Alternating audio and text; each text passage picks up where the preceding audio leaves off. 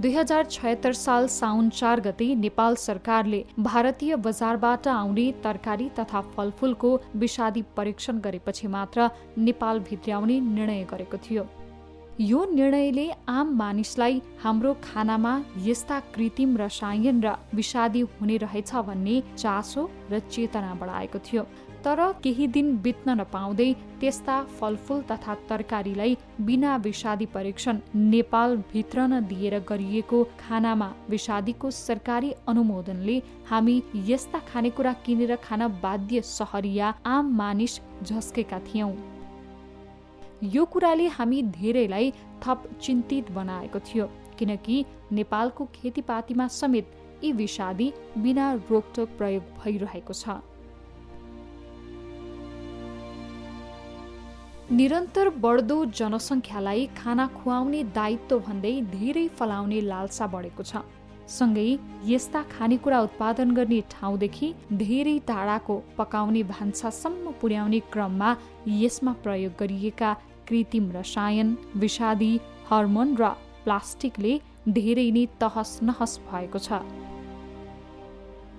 यसलाई समयमै सच्याउन नसक्ने हो भने माटो, प्रकृति र मानव स्वास्थ्य अझै भयावह हुँदै जाने निश्चित छ। यी बाह्य रसायनहरूको प्रभाव हाम्रो समग्र खाद्य उत्पादन प्रणाली र खानासम्म कसरी फैलिँदैछ र खानेकुरा निरन्तर कसरी अखाद्य हुँदैछ।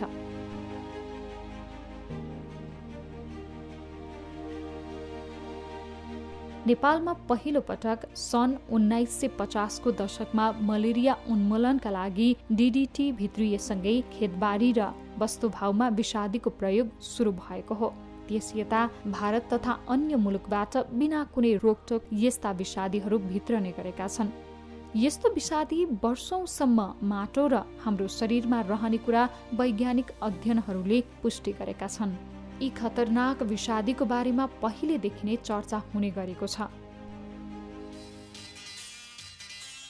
नेपालले पनि म्याद नागेका विषादीको समस्या भोग्नु परिरहेको छ।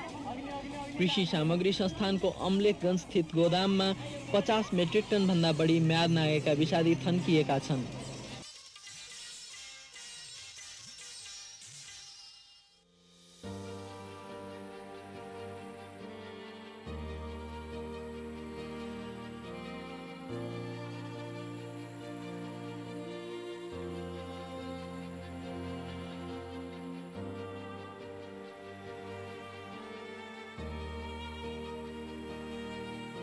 हामी बजारबाट किनेर खानेहरूले कस्तो उत्पादन मन पराउने गर्छौं र कस्ता खानेकुरा खान बाध्य भएका छौं।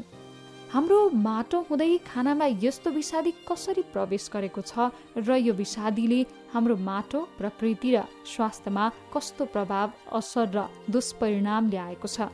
यस्ता दुष्परिणाम आउन हाम्रो खेतीपातीदेखि भान्सासम्म यी विषादीले कसरी प्रवेश पाएका छन्। उत्पादन चाहिँ विषादी र त्यो जस्तो दाइथिन भन्ने हुन्छ। पहिला त एकदम कडा के भन्ने विषादी आउँथ्यो उसको टिनको बट्टामा। त्यो नहाले त बोडी र त्यो सिमी त हुँदै हुँदैन। अनि गोलमेडालाई दाइथिन, अनि एउटा भिटामिन भन्ने हुन्छ, अनि किटनोसिल भन्ने, त्यो नहाले गोलमेडा हुँदै हुँदैन। पहिला हाम्रो त हामी सानो बच्चा हुँदाखेरि त त्यो लोहारामा फल्ने गोलमेडा मसिना हुन्थ्यो। अब अहिले त्यो त त्यो छैन। त्यो पनि होइन, यो सबै यो तरकारी र यो विकासे मकैले सबैले लहाटे जस्तो लाग्यो मलाई चाहिँ। त्यो मल पनि हालियो होइन, बारीमा विषादी छर्या छ माटोमा जाने कहीँ त्यही माटोमा त हो नि। खानेकुरामा विषादी मात्र होइन, कृत्रिम रसायन, हर्मोन र प्लास्टिकको उत्तिकै बिगबिगी छ। तर यी विषादी प्रयोग गर्ने किसानहरूलाई विषादीको प्रभाव हाम्रो शरीर र उनीहरूले उत्पादन गर्ने कृषि उपजमा कति हुन्छ भन्ने कुरा बिरलै थाहा छ। तपाईले कसरी जान्नुभयो यति चाहिन्छ भनेर? अब बच्चैदेखि यो कामै गरेको, त्यो तालिम गरेका छैन, होचुवेको भरमा औषधि बेचिरहेछ। किसान आफ्नै दिमागले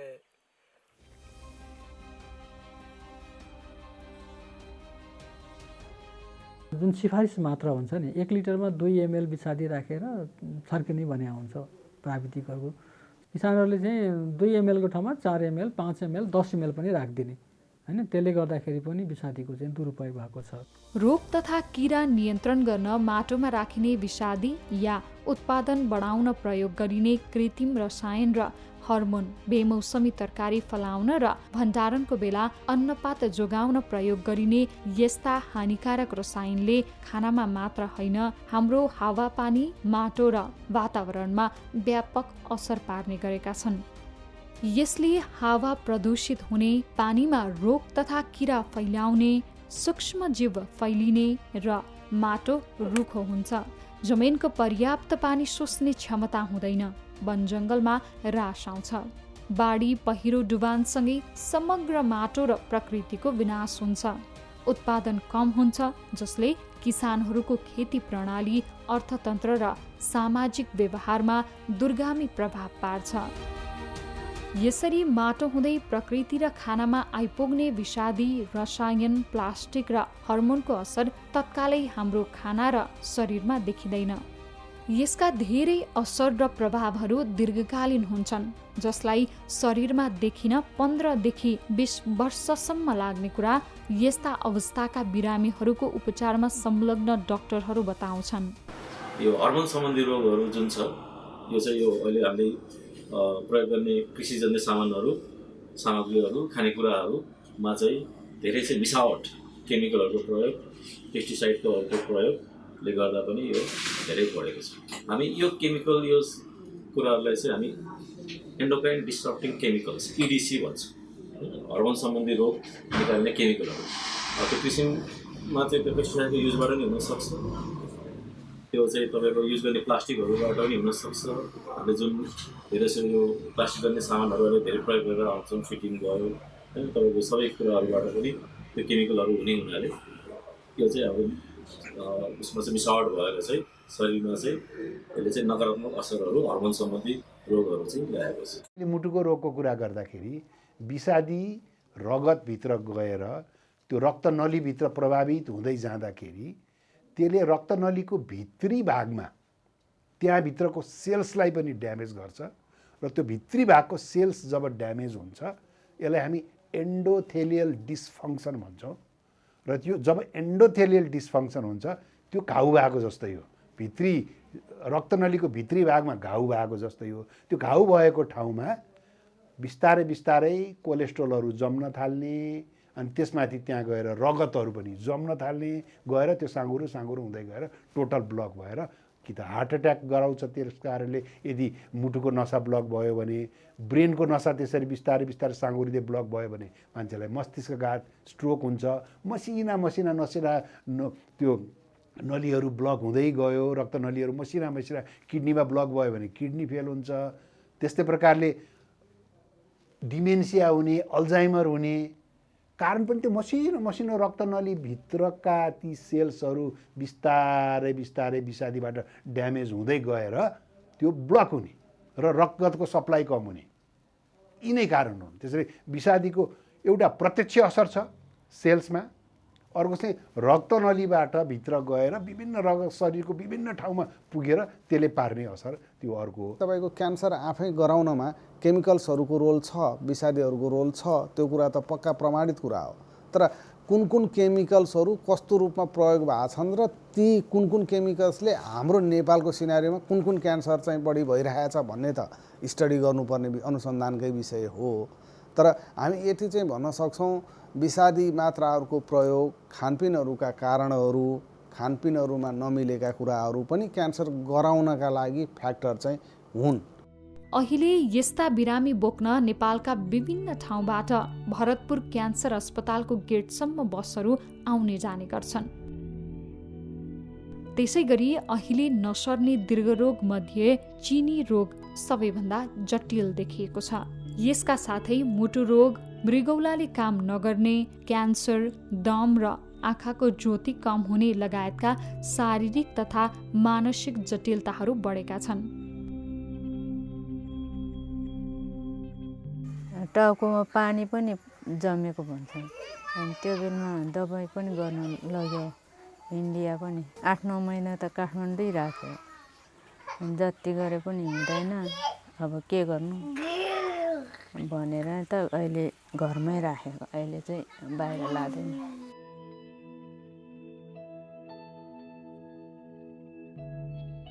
उही सबैले गर्दाखेरि गरौँ, अब बुढोले बाहिर कमाए पनि आफ्नो घर खर्च चल्छ, हात बाँधेर बस्नु हुँदैन भन्ने सिद्धान्तले मात्रै हो गरेको। तर यस्तो उग्र रूप लिन्छ भनेर जानेको भएदेखि म बरु आरामले सुतेरै बस्दै गर्दिनँ थिएँ। अहिले हेर्नु न, अब न मरिजान सकिन्छ न अब बाँचौँ भन्दाखेरि अब त्यो उपाय हुन्छ। अब यो अचकल्टो भएर बाँच्नुपर्ने अवस्था आयो नि त अहिले चाहिँ। भरतपुर गर्दाखेरि चाहिँ अनि अब क्यान्सर हो तपाईँको, यो गाँठा फालेकोले मात्रै हुँदैन, जम्मै आधी काटेरै फाल्नुपर्छ शरीर भनेर भन्यो। अनि त्यसो भनेपछि अनि त्यहाँ भरतपुरमा चाहिँ अनि मेरो सबै फ्यालेर अनि त्यहाँको रिपोर्टमा चाहिँ भनेको पहिलो स्टेजको रहेछ। अब सुरुमा त्यो बच्चा गाछलाई त्यो झारले आक्रमण गर्ने, अनि झारको विषादी हान्यो,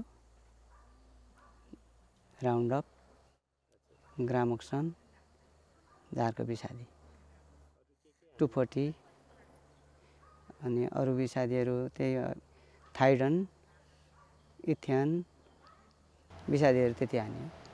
चाहिँ मेरो धेरै आँखा कमजोरी हुँदै हुँदै गएर अहिले चाहिँ झ्यापाइ भयो। तपाईले यसअघि रसायन र यसमा आधारित विषादी हार्मोन र प्लास्टिकको असर, प्रभाव र दुष्परिणामहरू देख्नुभयो। यस्तो विषाक्त खेती र खानाको विरुद्ध सार्थक पहल गर्न प्रतिरोध क्षमता बढाउँदै त्यसको सामना गर्ने आँट बढाउँ। आउनुहोस्, कृत्रिम रसायन, विषादी हार्मोन र प्लास्टिकले तहस नहस बनाएको खेतीपाती सपार्न लागौं।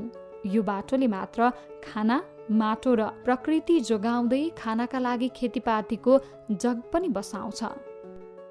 हामी त्यसै पनि कृषि रसायन र विषादीका कारणले कम उत्पादनशील हुँदै गइरहेछ र यो महँगो हुँदै गइरहेछ। यसले माटो, हावा, पानी प्रदूषित हुँदै गइरहेछ र अब कति अर्थमा हाम्रो आफ्नै माटोले हाम्रो खानाको आवश्यकता पुरा गर्न नसक्ने स्थितिहरू सिर्जना भइरहेछ भने अहिले जुन यो अघि डाक्टरहरूले वा हैन हामीले गाउँमा देखेका अवस्थाहरूले हामीलाई थप चिन्तित बनाएको छ। त्यो के भने अब यी नसर्ने दीर्घ रोगहरूलाई हामी सम्बोधन गर्ने हो भने, यसलाई ठिकठाक गर्ने हो भने के गर्नुपर्छ त भनेर हामीले सोच्ने बेला आज। के तपाईलाई यो खेतीपाती रसायन र विषादी मुक्त बनाउन आवश्यक र सम्भव छ जस्तो लाग्छ? हो भने कसरी? यो सच्याउन गरिएका असल अभ्यासहरूको अनुभव र सिकाइ कस्ता छन्?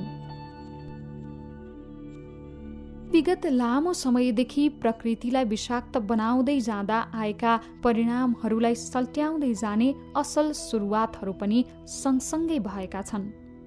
यस्ता अभ्यास र सिकाइहरू पर्याप्त छन्। यिनैबाट सिक्दै हाम्रो माटो, प्रकृति र मानव स्वास्थ्यलाई सल्ट्याउनु हाम्रो लागि यो ठूलो अवसर हो। खास गरी यो रसायन र विषादी रहित खेतीपाती गर्ने परम्परा पुरानै हो। अहिले पनि गाउँघरमा हेऱ्यो भने किसान दाजुभाइ दिदीबहिनीहरूले प्रशस्तै यस्तो अभ्यासहरू गरिराख्नु भएको छ। विशेष त गाईबस्तुको गोबर पिसाबबाट रोग किरा नियन्त्रण गर्ने, गोबर मल प्रयोग गर्ने, पिना जस्ता वस्तुहरूको प्रयोग गर्ने, यस्तो पुरानो सिप ज्ञानहरू प्रशस्तै छन्। तर विशेष गरी हामी आधुनिक हुने नाममा त्यो पनि सहर र सहरको वरिपरि तरकारी खेतीमा अझै सबैभन्दा बढी हामीले रसायन र विषादीको प्रयोग गर्यौं र त्यसको प्रत्यक्ष असर स्वास्थ्यमा देखिन थालेको छ। हामी अब यस्तो खेतीपाती फेर्न अहिले भएका प्रयत्नहरूलाई बुझ्ने कोसिस गरौँ। प्राङ्गारिक कृषिमा चाहिँ के भने कुन बाली कहाँ लाउने, कसरी लगाउने, सिजन कुन हो, बिउको स्रोत कहाँ हो, यी सबै कुरालाई हामीले चाहिँ मनन गरेर अनि प्राङ्गारिक कृषि चाहिँ गर्न सकिन्छ र प्राङ्गारिक कृषिबाट हामी उत्पादन पनि बढी लिन सकिन्छ। सामान्य उत्पादनको तुलनामा रासायनिक चाहिँ पद्धतिबाट उत्पादन गरेको भन्दा प्राङ्गारिक तरिकाले उत्पादन गरेको उत्पादन बढी हुन्छ र दिगो हुन्छ। रासायनिक पद्धतिबाट उत्पादन गरेको तोरीकै चितवनको इतिहास हेर्नुभयो भने एक ताका तोरी सखाप भएर कसैको बारीमा चाहिँ तोरी हुन्थेन। हामीले चाहिँ त्यो एमोनियम सल्फेट र के ट्रिपल सुपर फस्फेट के चाहिँ राख्दै कहीँ तोरी नै भएन। अहिले पछिल्ला वर्षहरूमा कुखुराको मल अनि गाईबस्तुको मल अनि रासायनिक मलको प्रयोग कमी गर्दाखेरि अब फेरि अलिकति रहर लाग्दो आशा लाग्दो अवस्थामा तोरीको उत्पादन सुरु भएको छ। तिरिमिरी खेतीमा चाहिँ हामीले मुख्य बाली एउटा बनाउँछौँ। त्यो मुख्य बालीलाई चाहिँ कुन किराले बहुत मनपर्छ, एकदमै बढी मनपर्छ, त्यो किरा पहिचान गर्छौँ क्या हामी है। त्यो किरा पहिचान गर्छौँ र त्यो किरालाई चाहिँ कुन प्लान्ट चाहिँ पटक्कै मन पर्दैन त्यो पनि हामीले खोज्छौँ। अनि खोजिसकेपछि चाहिँ मुख्य बाली एउटा भयो, मुख्य बालीलाई कुन प्रजातिका किराले बढी रुचाउँछन् त्यो किरालाई मन नरुचाउने प्लान्टहरू पनि खोजेर चाहिँ अनि त्यसकै छेउमा राखिदिन्छौँ क्या हामी। त्यसकै छेउमा राखेर चाहिँ हामीले चाहिँ यसरी तिरिमिरी खेतीको व्यवस्थापन गर्छौँ। हामीले त्यो गरिसकेपछि चाहिँ किराहरू धेरै हदसम्म चाहिँ त्यो प्लटमा त्यो एरियामा इन्ट्री नै हुन्न कि। व्यवस्थापन मात्र हामीले सही तरिकाले गरिदियौँ भने यो प्रकृतिले नै धेरै कुराहरू मिलाउँछ। हामीले थोरै कहाँ अलिकति तलमाथि गर्ने मात्र हामीले गर्ने हो, तर पुरै प्रकृतिको खिलाफमा गएर चाहिँ हामीले चेन्ज गर्न खोज्नु चाहिँ हाम्रो मूर्खता रहेछ कि।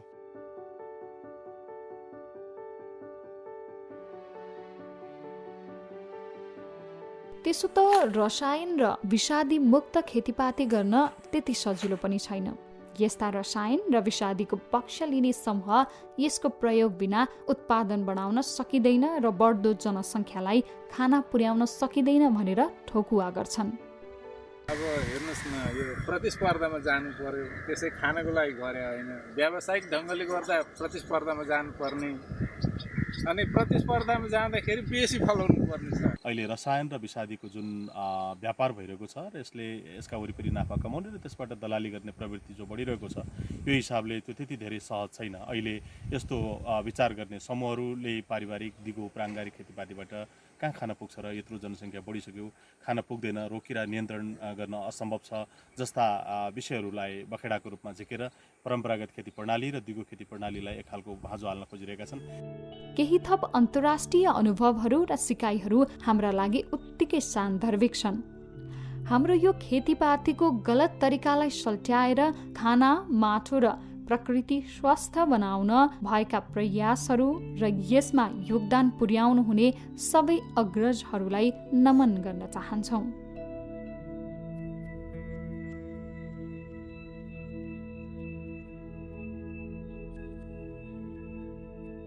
खानाका लागि खेतीपाती गर्ने अभ्यासले हाम्रो स्वास्थ्य मात्रै होइन, माटो र प्रकृतिको स्वास्थ्य समेत सप्रिन्छ। खास गरेर युवा वर्गलाई हृदयघात, क्यान्सर, डायबिटिज, दमको रोगबाट कलिले उमेरमा गुमाइरहेका छौँ। यस्ता मृत्युहरू परिवारको लागि त अत्यन्त नै दुःखदायी र आर्थिक सङ्कट हो नै, समृद्ध नेपालको लागि पनि एक ठुलो तगारको रूपमा देखा परेको छ। हाम्रो शरीर र समस्त प्रकृति पञ्चतत्त्वहरूले बनेको छ। पञ्चतत्त्व भनेको जल, वायु, आकाश, माटो र ताप वा अग्नि। हाम्रो माटोले जुन उत्पादन गर्दछ खाद्यान्न, त्यो पनि यिनै पञ्चतत्त्वले बनेको छ। र हामीले दिनहुँ खाने खाद्य वस्तु र पानीहरू र हाम्रो चाहिँ वायु, हाम्रो वातावरण यदि प्रदूषित भयो भने हाम्रो शरीर कसरी स्वस्थ रहन सक्ला। त्यही भएको हुनाले हामीले यो अहिले यो माटोलाई हामी कसरी बचाउन सक्छौँ भन्ने बारेमा गम्भीर रूपले ध्यान दिनु जरुरी छ। माटोमा जुन रासायनिक मलहरूको प्रयोग बढिरहेको छ र बोट बिरुवाहरूमा विषादीहरूको प्रयोग बढिरहेको छ, त्यसले जुन प्रदूषण गरेको छ त्यो माटो र पानीमा मात्रै होइन, वायुमण्डललाई पनि त्यसले प्रदूषित गरिरहेको छ। हिमाली भेग र पहाडी भेगका केही ठाउँहरू बाहेक बाँकी सबै माटोहरू हाम्रो एक त मरुभूमिकरण भएको छ, क्षयीकरण भएको छ, दोस्रो माटोको उर्वरा शक्ति खतम भएको छ। त्यसैले माटोको पुनर्जागरण गर्नु, माटोलाई जोगाउनु यो हाम्रो प्रथम दायित्व भएको छ। हाम्रो वंशहरूलाई जोगाउने, हामी जोगिने प्रविधिमा जान बहुत जरुरी छ। हामी 2 दशक अघिसम्म आम रूपमा चाहिँ प्राङ्गारिक नै थियौँ भन्ने लाग्छ। 2-3 दशक अगाडिसम्म र प्राङ्गारिक कृषि हाम्रो भविष्य पनि हो। हाम्रो उच्च नीतिगत तहमा रहेका पदाधिकारीहरू लगायत सबैमा एक खालको अब प्राङ्गारिक कृषिलाई प्रवर्धन गर्नुपर्छ भन्ने हिसाबमा सहमति र त्यसमा प्रतिबद्धता अभिव्यक्त हुन थालेका छन्।